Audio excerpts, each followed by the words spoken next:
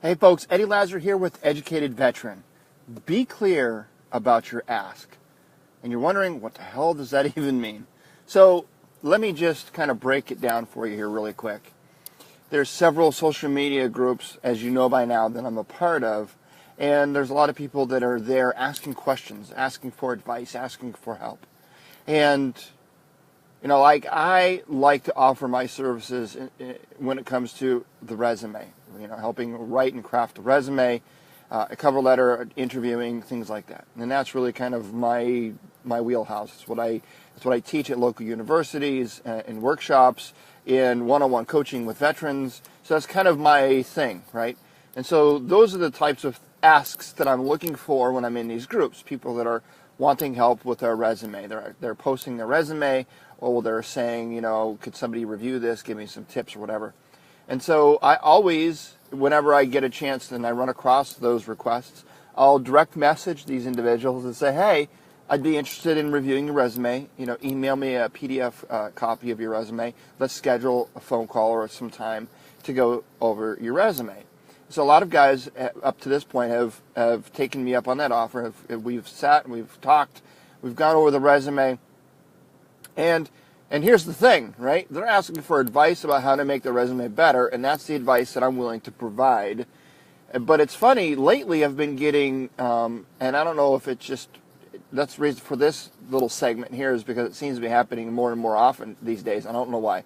But I get onto the phone with these guys, and I review their resume, and I start giving them some advice and some tips, and they're not really interested in implementing any of the advice that I have to give.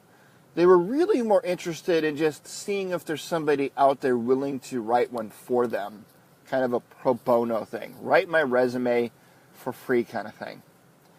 Folks, couple things here. I understand a lot of veterans are getting out of the military these days, and they think that they're owed a lot of shit for free just because they're veterans. I'm owed somebody to review my resume for free. I'm owed somebody to write my resume for free. I'm owed a job automatically because I'm a veteran. I'm owed a discount at the local grocery store because I'm a veteran. I'm owed a closer parking space because of, I'm owed free, higher education tuition. I'm owed. A lot of veterans really believe that they're owed a lot of shit.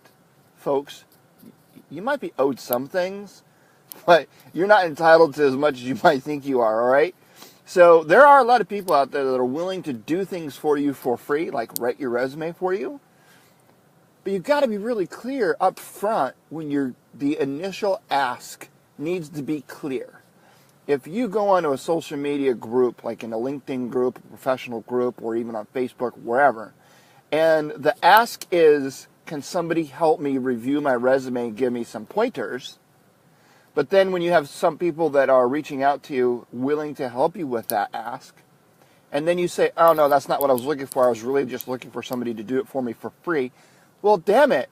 You didn't ask that. I would have never responded if you had said, I'm looking for somebody to write my resume for free. Sorry, pal. I don't do that because I don't think having somebody else write your resume for you is an accurate reflection of you. It just isn't. Not only that, but when you go into that interview and you're sitting across the table from a hiring manager and they start asking you questions about what you've written or what somebody else has written on your resume on your behalf, it's very, very transparent to that recruiter or that hiring manager that's interviewing you that you have no idea what's even written on your own resume. It becomes very clear very quickly that you weren't the one that wrote your own resume. And folks, many employers out there, it's an instant red flag. If you're not competent enough to write your own resume, how are you going to be competent enough to fill this position at my company? Right? Because I'm going to give you work to do as part of this job that I'm looking to hire you for. What are you going to do? Outsource that work? Pay somebody else to do it for you? You're going to have to do that work yourself. So if you can't even write your own resume, listen, it's just not a good thing. I help people craft their resume. I teach them the elements of effective resume writing so they can go back and write their own resume in an effective way. So be clear about your ask. when you're asking, whether it's on social media, over the phone, or in person, if you want some help with something, great. But be very clear about what it is you're asking for. If you want somebody to write your resume for you for free, then that needs to be what you're asking for. Hey, anyone out there interested in writing my resume for free? That needs to be the ask. This bait and hook, this bait and switch business, folks, that doesn't build any respect for you, and it's definitely not going to leave a good taste in anyone's mouth. And folks, people talk, right? People share things with other things, especially within groups. Hey, you don't want to be that guy, right? You don't want to be the one that's in that group that's known as, the guy that's just trying to swindle people into doing shit.